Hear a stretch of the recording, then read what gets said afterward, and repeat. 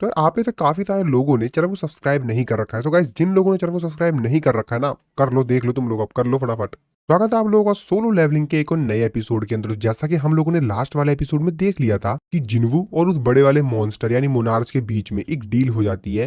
एक कॉन्ट्रैक्ट होता है कि ये दोनों एक दूसरे झूठ नहीं बोल सकते। इसके बाद ये लोग आपस में कुछ बातचीत वगैरह करते हैं और वहीं लास्ट में जिन्वू ने उससे पूछ लिया था कि आखिरकार तुम सबको किसने बनाया है, और वहीं पे हमारा लास्ट वाला एपिसोड खत्म हो गया था। तो इस एपिसोड की शुरुआत में वो मॉन्स्टर मुस्कुराता है और जिन्वू को जवाब देते हुए कहता है, जैसा कि मैंने कहा था कि वो लोग युद्ध की तैयारी कर रहे हैं। उनका इरादा है कि वो इस दुनिया को यानी जिन्वू की दुनिया को एक बैटलफील्ड में ट्रांसफॉर्म कर दें और मोनार्च के खिलाफ एक बार फिर से लड़ाई करें। अभी बात सुन के जिन्वू थोड़ा सा हैरान होता है। वो उससे कहता है कि एक मिनट मैं समझ नहीं पाया, मतलब वो हम मेरी दुनिया में मॉन्स्टर्स को भेजेंगे ताकि वो यहाँ पर युद्ध कर सकें? जिसपे वो मोनार्च उसको बताता है कि हाँ बिल्कुल यही बात है, वो जितनी भी मैजिकल एनर्जी है वो तुम्हारे वर्ल्ड में डाल देंगे और जितने ज्यादा मॉन्स्टर्स गेट से आकर तबाही मचाएंगे और मैजिकल एनर्जी एक ब्लेसिंग की तरह होगी गेट में से। और इस चीज को तो काफी सारे हंटर्स भी जानते हैं, यहाँ तक कि काफी सारे सिविलियंस भी जानते हैं इस बात को कि डंजन के अंदर से काफी सारे मैजिकल क्रिस्टल और मैजिकल स्टोन्स मिलते हैं। और ये जो ऑब्जेक्ट्स होते हैं यानी कि मैजिकल क्रिस्टल और मैजिकल स्टोन्स, इनके अंदर काफी सारी मैजिकल एनर्जी होती है जो कि बहुत ही ज्यादा ग्रेटेस्ट सोर्स होता है एनर्जी का इस दुनिया में। जिन्हों अपने मन में सोचते हो कहता है, लेकिन क्या ये सभी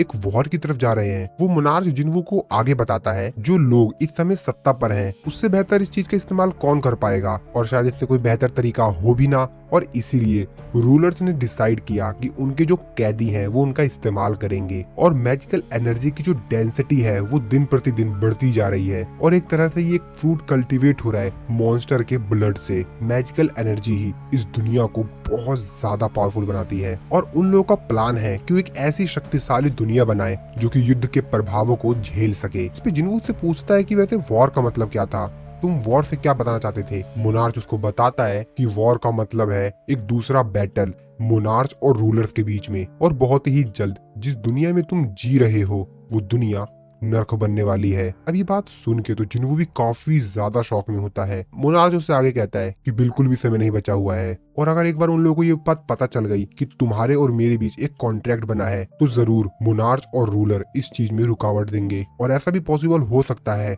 कि रूलर्स के जो एनवॉइज हैं वो लोग ऑलरेडी वहां से निकल चुके हो हमको रोकने के लिए, कुछ भी हो सकता है। जिसके बाद जिन्वू उस मोनार्च से पूछता है कि तुमने भी कुछ समय पहले ही बताया था कि वो लोग मेरे को टारगेट कर रहे थे, लेकिन क्यों? वो लोग मुझे क्यों टारगेट कर रहे थे? अभी बात सुन के वो मोनार्च थोड़ा सा हैरान होता है। वो जिन्वू से कहता है, क्या सच में तुमको नहीं पता? असल में जो पावर तुम्हारे अंदर है, जो पावर तुम अंदर अपने अंदर प्रोसेस करते हो, एक्चुअली वो तुम्हारी पावर है ही नहीं। और अगर ये पावर्स तुम्हारे पास है, ये इस बात का सबूत है कि ओरिजिनल ऑनर ने मोनार्च के साथ विश्वासघात किया है, और इस हिसाब से तुम मोनार्च और रूलर्स दोनों के ही एनिमी बन चुके हो। लेकिन फिर भी मैं कसम खाता हूँ कि मैं तुम्हारी तरफ से लड़ूंगा, सो प्लीज मेरी हेल्प करो और मेरे को इन जंजीरों से आजाद करवाओ। जिन्वू भी उसकी बात बड़े ध्यान से सुन रहा होता है, लेकिन तभी उसको जिन्वू की थोड़ी सी शकल अलग सी दिखाई देती है, उसको कुछ अजीब सा दिखाई देता है। जिन्वू उससे कहता है कि अगर तुम मेरी साइड से ही लड़ने वाले हो तो इससे बेहतर तो यही रहेगा कि मैं तुमको अपने शैडो सोल्जर में कन्वर्ट कर लूं। और उसको जिन्वू का फेस कुछ अलग सा दिखाई देता है। इस चीज को देखकर वो तो काफी ज्यादा हैरान होता है, वो शॉक में होता है एकदम से। लेकिन तभी जैसे उसका ध्यान दोबारा जिन्वू की तरफ जाता है अच्छे से, तो वो देखता है कि जिन्वू तो नॉर्मल ही है। अब वो इस चीज को देखकर काफी ज्यादा हैरान होता है। वो अपने मन में सोच रहा होता है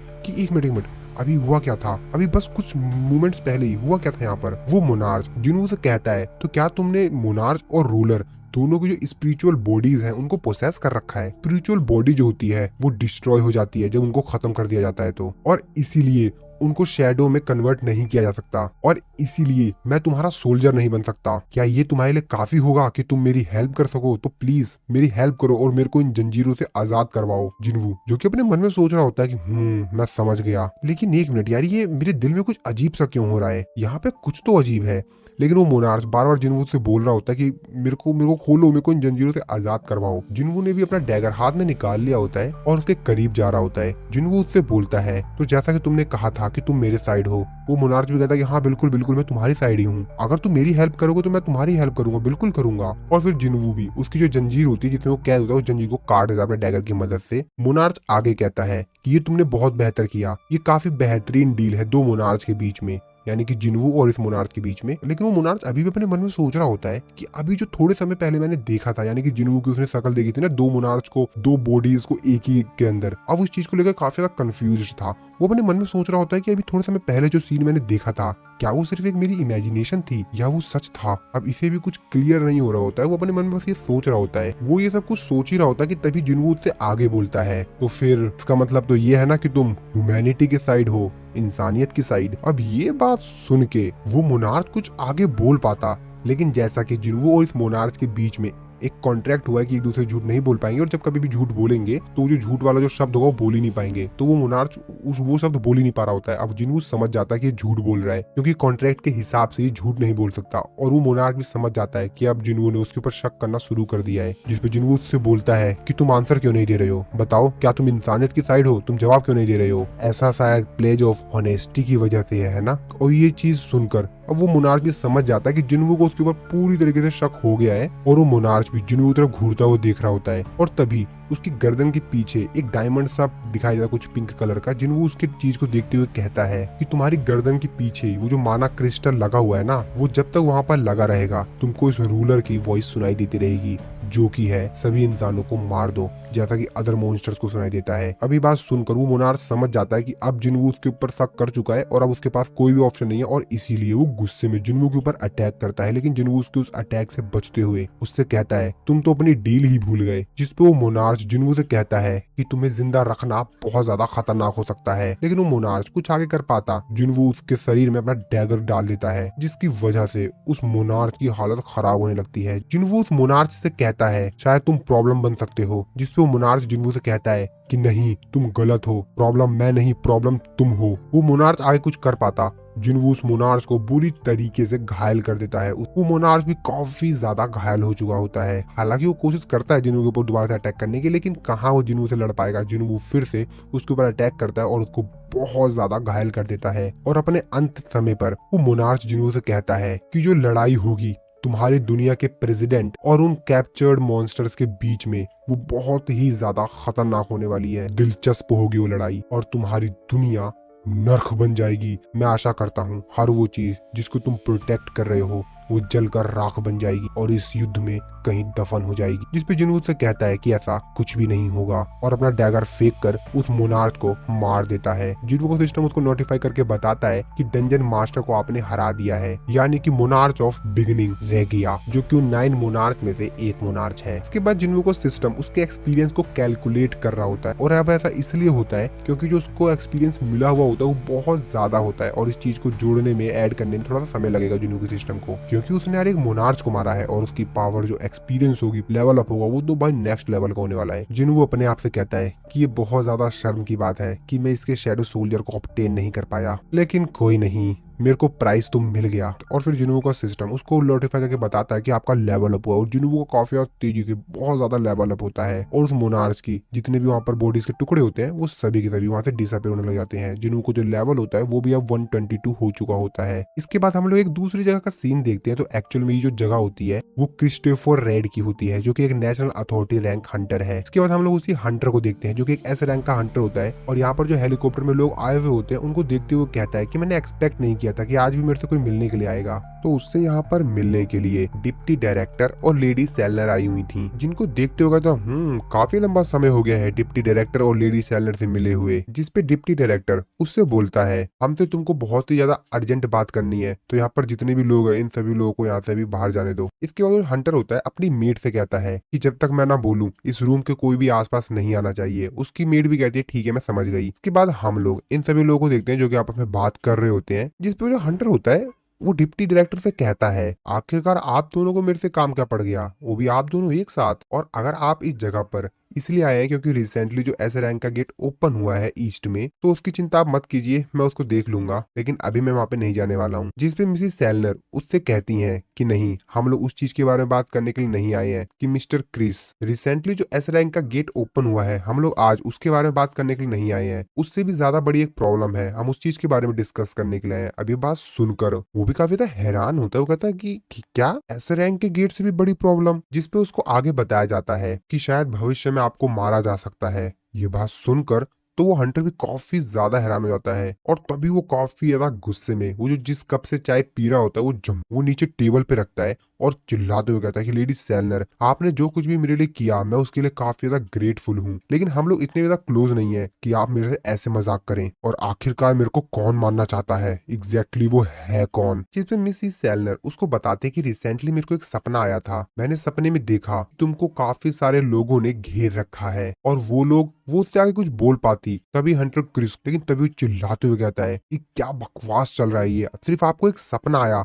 और आपको लगा कि कुछ ऐसा मेरे साथ होने वाला है। नॉनसेंस, ये तो बेकार की बातें हैं। आप सिर्फ एक नॉनसेंस सपने की वजह से इस तरीके की बातें कर रही हैं। मैं जानता हूँ कि आपने मेरे अवेक्ड होने में बहुत ज्यादा मदद की है, आपने मेरी पहले बहुत ही ज्यादा हेल्प की है और आपने इतना सब कुछ सिर्फ इसलिए कर पाया क्योंकि आप काफी अच्छी एक साइकिक हैं। लेकिन ये किस तरह की बकवास चल रही है? मैं एक नेशनल अथॉरिटी रैंक हंटर हूँ, किसी की इतनी औकात नहीं कि मेरे को टच भी कर सके। मिसिस सेलर उससे कुछ आगे कह पाते हैं, वो सोच रही थी कुछ मैं आगे बोलूं, लेकिन तभी वो फिर से बोलता है कि मुझे कोई नहीं मार सकता। और फिर वो भी थोड़ा सा शांत हो जाता है। वो कहता है कि ठीक है, ये बकवास सपना ठीक है लेडी सेलनर, आप मेरे को आगे बताइए, मैं आपके ऊपर विश्वास कर रहा हूँ, बताइए आप क्या बता रही थी आगे। तो आखिरकार मेरे को इस चीज के लिए किससे मदद मांगनी चाहिए? तो आप ये कहना चाहती हैं कि मेरे को कोई प्रोटेक्ट करेगा, एक नेशनल अथॉरिटी रैंक हंटर को? तो क्या हम लोग यहाँ पर कुछ भी नहीं कर सकते हैं? अगर कोई है तो मेरे को बताइए। जिस पे लेडी सेलनर उसको आगे बताती हैं कि हाँ, शायद कोई है जो कि तुम्हारी मदद कर सकता है। हंटर सांग जिनवू वो है जो कि तुमको प्रोटेक्ट कर सकता है। सांग जिनवू का नाम सुनकर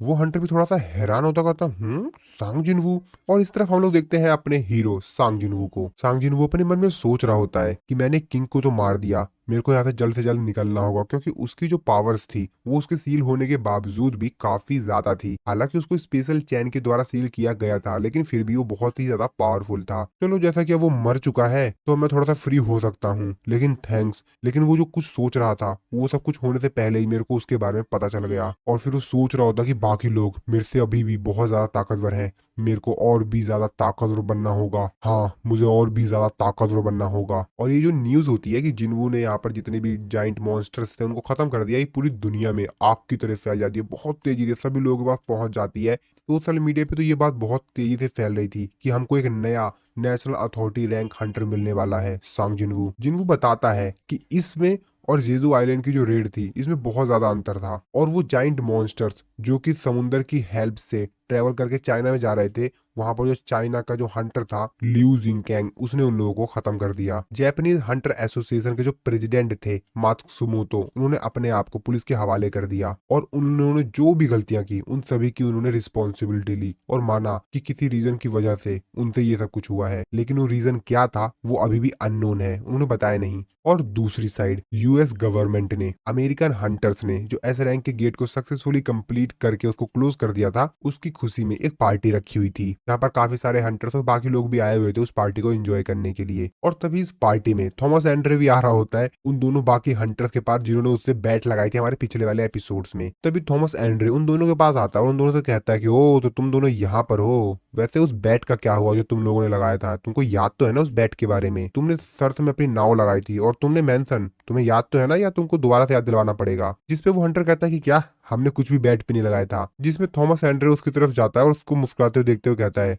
कि सही में ना, देख लो, अब नाटक मत करो। जिसपे वो कहता है कि नहीं, हमने कुछ भी शर्त पे नहीं लगाया था, तुम झूठ बोल रहे हो। तभी थॉमस एंड्रे ने जो टाई पहनी हुई होती है उसको देखते हुए कहता है कि वैसे ये टाई मेरे को अच्छी लग रही है। तभी अपने असिस्टेंट से पूछता है कि वैसे ये टाई कैसी लग रही है तुमको? जिसपे बताते हैं कि काफी ज्यादा एक्सपेंसिव है, लेकिन ये आपके टी शर्ट पे अच्छी नहीं लग रही है। और ऐसा कहते ही थॉमस एंड्रे ने जो टाई पहनी हुई होती है उसको साइड में फेंक देता है। उसके बाद कहता अब ठीक है ना। जिसके बाद उसकी असिस्टेंट उसको बताती है कि सर एक प्रॉब्लम है। तो इंटरनेशनल गिल्ड कॉन्फ्रेंस जो है वो जो हर साल दुनिया भर से बाकी गिल्ड्स को इन्वाइट करता है, उसकी उन्होंने लिस्ट जो है वो रिलीज कर दी है। और उस लिस्ट में उन लोगों ने कोरियन के एजिन गिल्ड को भी इंक्लूड कर लिया। ये बस उनके थॉमस एंड्रे कहता है क्या एजिन गिल्ड? जिसपे बात है कि हाँ, एजिन गिल्ड जो कि हंटर सांग जिनवू की है। अब ये बात सुन के थॉमस एंड्रे कहता है ओ, ये बात तो मतलब वो अमेरिका आ रहा है। इसके बाद हम लोग सांग जिनवू को देखते हैं जिसने बाकी जितने भी बचे हुए जाइंट मॉन्स्टर्स होते हैं उन सभी को अपने शैडो सोल्जर में ऐड कर लिया होता है। वो बहुत ज्यादा होते हैं, मतलब लगभग जितने भी वहां पर होते हैं उन सभी को उसने शैडो सोल्जर में बना लिया होता है। जिनवू उन शैडो सोल्जर को देखते हुए कहता है कि अरे यार, ये तो मेरे लिए बहुत ज्यादा शर्म की बात है कि उनमें से कुछ मॉन्स्टर्स जिन्होंने समुद्र को पार कर लिया, मैं उनको अपने शैडो सोल्जर में ऐड नहीं कर पाया। लेकिन कोई नहीं, ये भी बहुत ज्यादा है, इससे मेरी स्ट्रेंथ बढ़ेगी। और ये सब कुछ देख कर नजारा यहाँ पर जितने भी आर्मी के सोल्जर्स होते हैं वो तो काफी ज्यादा हैरान होते हैं, वो बात कर रहे होते हैं कि कैसे,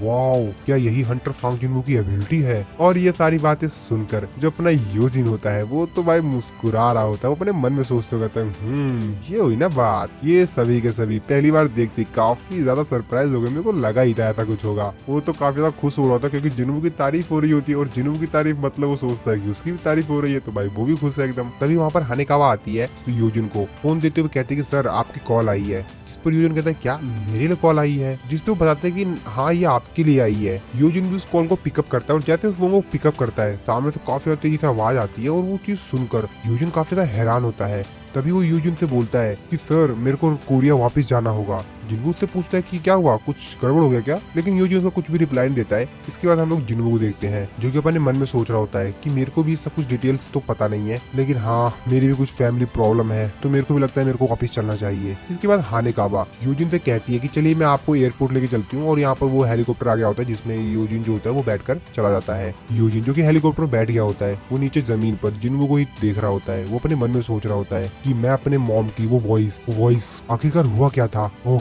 मैं बहुत कुछ सोच रहा हूँ।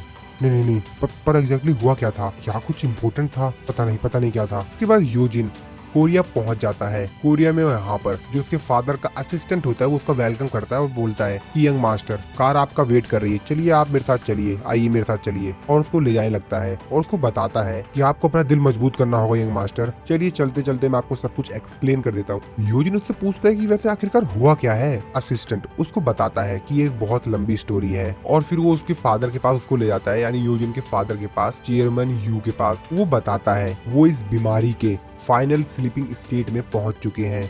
ये बात सुनकर यूजिन काफी ज्यादा हैरान होता है और वो रोते अपने फादर को चिल्लाता है, लेकिन उनका जो असिस्टेंट होता है वो उसको मना करता है। वो कहता है कि इनके ज्यादा करीब मत जाइए। यूजिन उससे पूछता है कि क्या हम लोग कुछ नहीं कर सकते, मैं कितना ज्यादा यूजलेस बेटा हूँ ना, मैं अपने पिता को सिर्फ इस तरीके से देख सकता हूँ, मैं कुछ नहीं कर सकता। तभी उसका असिस्टेंट उसको एक बुक देता है जिसको देखते हुए यूजिन कहता है कि ये क्या है। उसका असिस्टेंट उसको बताता है कि अपना कंसिक्वेंस खोने से पहले चेयरमैन इस पर काम कर रहे थे, एक बार आप इसको देख लीजिए। मैंने इसको कहीं छिपा के रख दिया था ताकि जब वो दोबारा उठे तो मैं उनको दे दूं, ये उस पर दोबारा से काम कर सके, लेकिन मेरे को लगता है कि आपको शायद इसकी ये भी ज्यादा जरूरत है। यूजिन जैसे ही उस बुक को खोलता है तो वहाँ पर वो काफी सारे न्यूज आर्टिकल्स देखता है अपने बारे में, जिन्हों के बारे में काफी सारे आर्टिकल्स देखता है, और उन आर्टिकल्स को देखकर वो काफी ज्यादा इमोशनल हो जाता है। और फिर जैसे ही वो काफी सारे और भी न्यूज आर्टिकल्स या बुक्स के पेज आगे पलटता है तो उन सभी चीजों को देखकर काफी ज्यादा इमोशनल हो जाता है, उसकी आंखों में से आंसू आने लग जाते हैं। असिस्टेंट उसको बताता है कि आपके जो फादर थे वो आपके सिस्टर के और आपके जितने भी आप लोगों ने जहाँ भी कॉम्पिटिशन में पार्टिसिपेट किया, जहाँ भी आप लोग गए, उन्होंने उन सभी को इस बुक के अंदर संभाल के रखा है। यहाँ तक कि जो रिसेंट इवेंट हुआ था उसके बारे में भी। इस चीज को देखकर यूजिन पूरी तरीके से रोने लगता है, उसकी आंखों में से आंसू आने लगते हैं, जिसके बाद उसका असिस्टेंट को कहता है कि चलिए अब हम लोग को, मेरे को लगता है घर चलना चाहिए। फिर यूजिन कहता है हाँ ठीक है। तभी यूजिन को अजीब से लगता है, वो पीछे देखता है बट उसको कुछ तो दिखाई देता है, पर वो समझ तो जाता है कुछ तो मैंने देखा था, मेरे को लगा कुछ था वहाँ पर। असिस्टेंट उससे पूछता है क्या वो सर, जिस पे यूजिन कहता है कि नहीं चलिए चलिए, और फिर वो वहाँ से चला जाता है। इसके बाद हम लोग देखते हैं कि एक्चुअल में वहाँ पर सच में कोई चीज थी, तो असल में यहाँ पर जिन्हू था जो कि अपनी मैजिकल पावर का इस्तेमाल करके यहाँ पर आ गया था। वो यूजिन की तरफ देखते हुए कहता है कि तुम्हें रोने की जरूरत नहीं है, मैं वापस आ गया हूँ।